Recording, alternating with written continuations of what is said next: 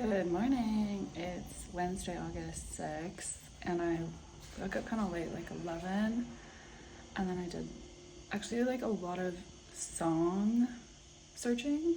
So sometimes I get into these rabbit holes of it's usually either like pinning things on Pinterest or finding songs on Spotify and making new playlists or adding to my playlist or refining them, or going through photos and clearing out storage. Like I love kind of analyzing, organizing, and logistical things, or grouping and sorting.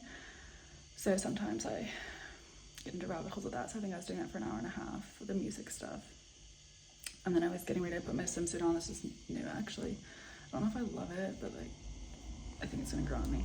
So I put this on and I was like, I'm gonna go to the beach. And then I was also, I was meditating too, and I was sitting with, do I want to go to the Dolla concert tonight? Because I had a dream last night that it was hectic and I wasn't sure how I was going to get in, how I was going to pay, and somebody ended up buying a $40,000 villa and invited me to stay there. And there was like family members, and there was a little bit of I would say uncomfortable situations. I'm not going to go into context or details, but it was a little bit connected to my sexual trauma. So there's that, and I was like, okay, so kind of sounds like I'm working through some things through this concert, and there's some kind of reward even amidst the uncomfortableness and uncertainty. But I sat with it, meditated with it. It felt super expansive, healing, fun, and root chakra sexual vibes, of course, because Dolla is very connected to Amsterdam and Red Light District, and I feel like he is healing a lot through that in his music. So I was like, okay, I guess I'm gonna go. The only problem is he comes on at, I think, 2:30 or 3 a.m. and goes until 6 a.m. I don't know how long I'm gonna last. Patrick Topping is also playing in the side room, which I'm excited for. There's a few other people going B2B. It's 55 euros if I go before midnight. So if I want to stay for like 5 hours, we're gonna see. I was actually thinking like this is a good practice for when there's uncertainty unfolding and I want to control, because God was telling me like, okay, Abby, you don't know what you're gonna do today. You don't know how you're gonna get there. You don't know if you're gonna be tired. You don't know what like the vibe is gonna be, but you just know that you're gonna go to this concert. You don't know how you're gonna get home. You don't know what you're gonna do tomorrow. And it's kind of similar to the fact that like I have a wedding coming up in 3 weeks in Minnesota, and I'm like gone back and forth on if I want to go or not. Ultimately I decided I do want to go. I just don't know if like after the wedding if I'm going to come back to Ibiza, if I'm going to go to LA or Nashville or stay living at home with my parents for a bit. I don't know what job I'm going to have. I don't really know how I'm even going to get home right now, like if I have enough money, because I tried buying a flight last night and I realized I don't have enough money. So God was saying it's similar. It's like this just trust thing where you know you're supposed to be there, you want to be there, you don't know how, you don't know why, you don't know the logistics, but you just trust and let go and surrender and let God figure out the rest, and you take one step in front of the other and you just go. So that's what I'm doing. I also, before I started talking to the camera for a hot minute, I was working on this hat.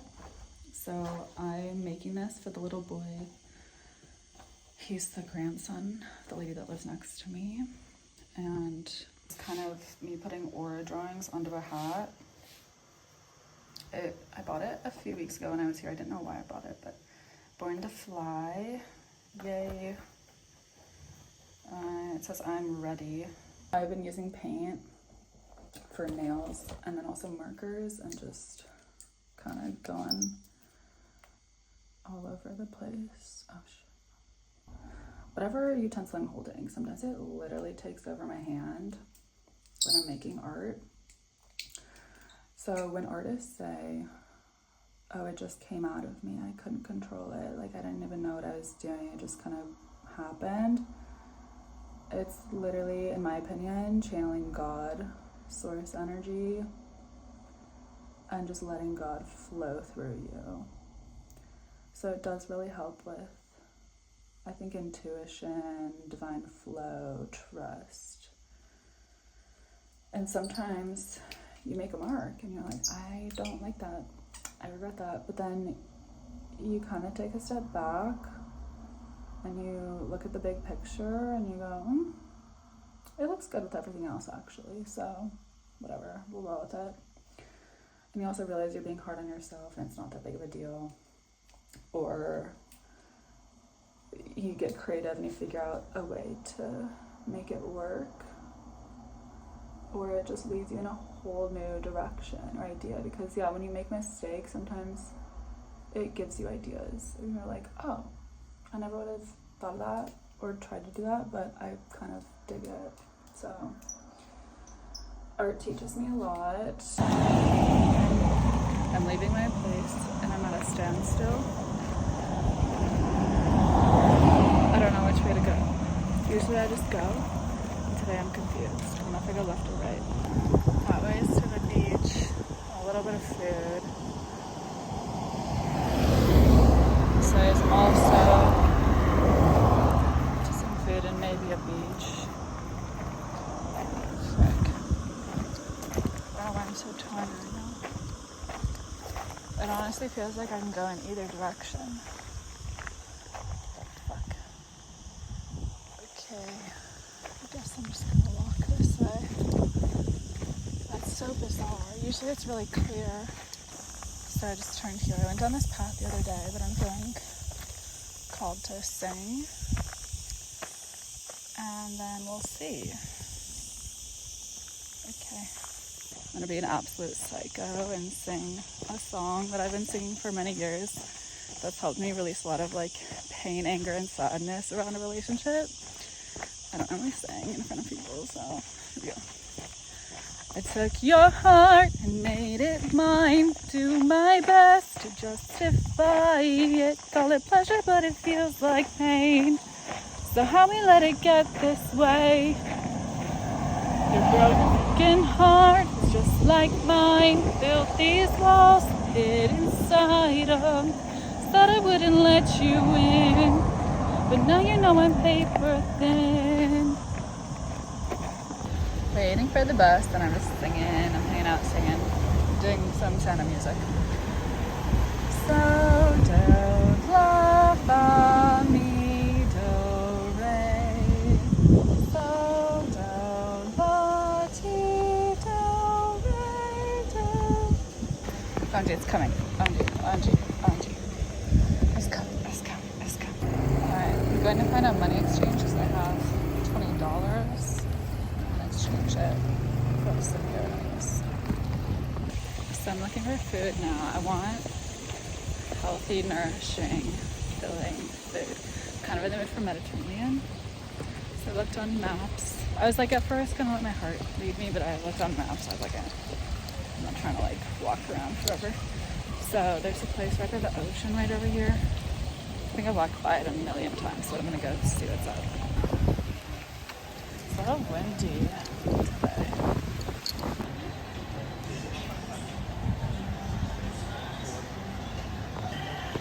I got carrot, ginger, lemon,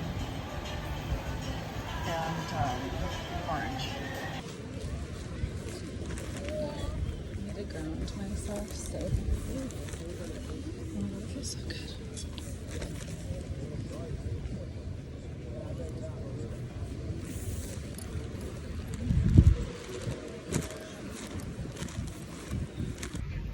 I got this ice cream and I'm getting an intuitive nudge to go on a run. I have 30 minutes before I have to leave. So like a really quick run, like 15, 20 minutes, and then jump in the water again and go. I did not expect this. But it makes sense now why I wore my running shoes. Because normally I don't. Alright.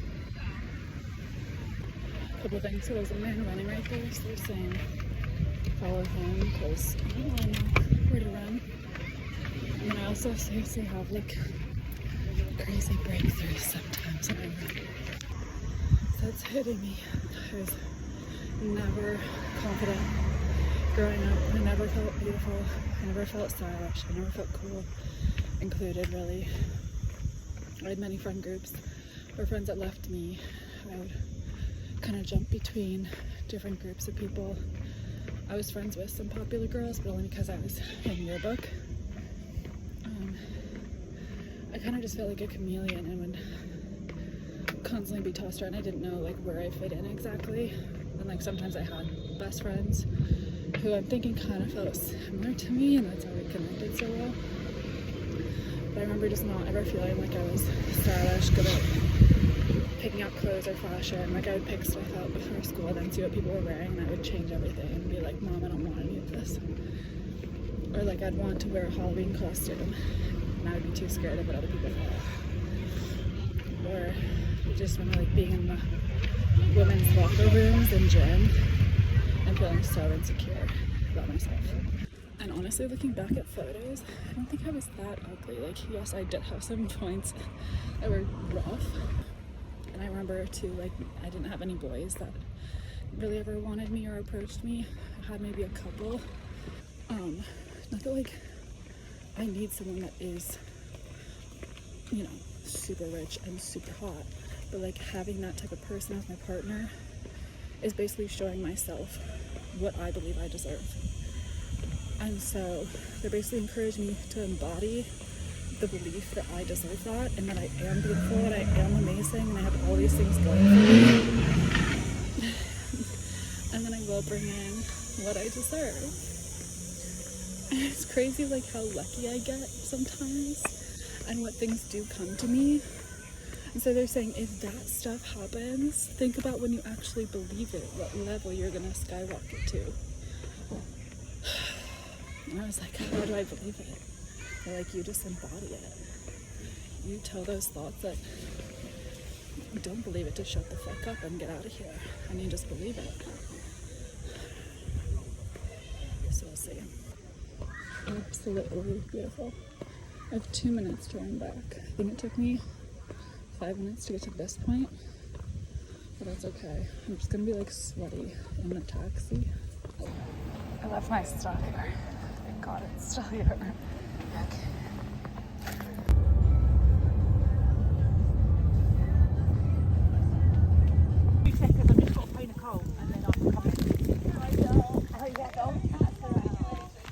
It's 22:22. That's where we're going later. Ibiza, Dolla. I have to find food first, or like a ticket. That's our mission. I changed on the beach, like went into the ocean, took a little bath, and then changed. So here we go. Waiting for my food. I got water. We made it. I'm waiting for my friends. Oh, they're right there. There's 2 girls. They're coming in. They're my friends that I just met from London. There's 4 of them actually. Let's go.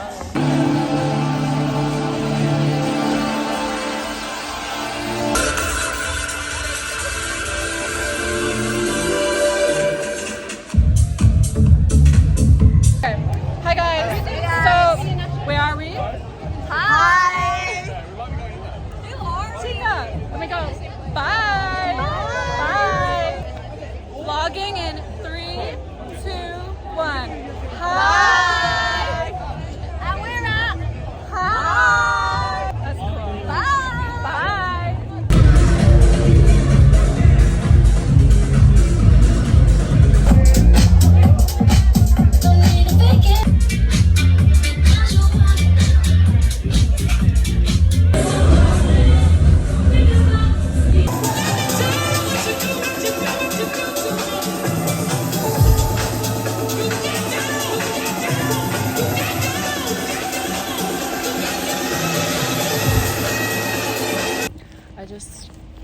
It's like 4:30 in the morning. I left Ibiza and I went to go get my bag, which I left by the chairs on the beach, and it was gone. And I was like, oh no. And then I saw a police officer nearby, so I asked him, and he was like, did it have headphones? And I was like, yes, that's it. And he goes, I left it at the lobby at the Hard Rock Hotel. So just, oh, where is it? Here, I grabbed this. So I have it. I'm so thankful. Protected it also. But I made new best friends. Those 4 girls, they were so sweet. from the UK. They're staying up in San Antonio though, so I don't know, but they invited me to a boat party tomorrow. I don't know if I'll do that, but because like at first they invited me to stay with them at their hotel because they have an extra bed, but by the end of the night they didn't invite me, so I just didn't want to push it. But they also invited me to Pikes on Friday because they have an extra spot in the guest list, and I think I'm gonna do that because I really want to go to Pikes. But Dolla was good. He always starts out slow and it gets better. So I'm glad I stayed. I kind of stayed alone, but I just surrounded myself with girls.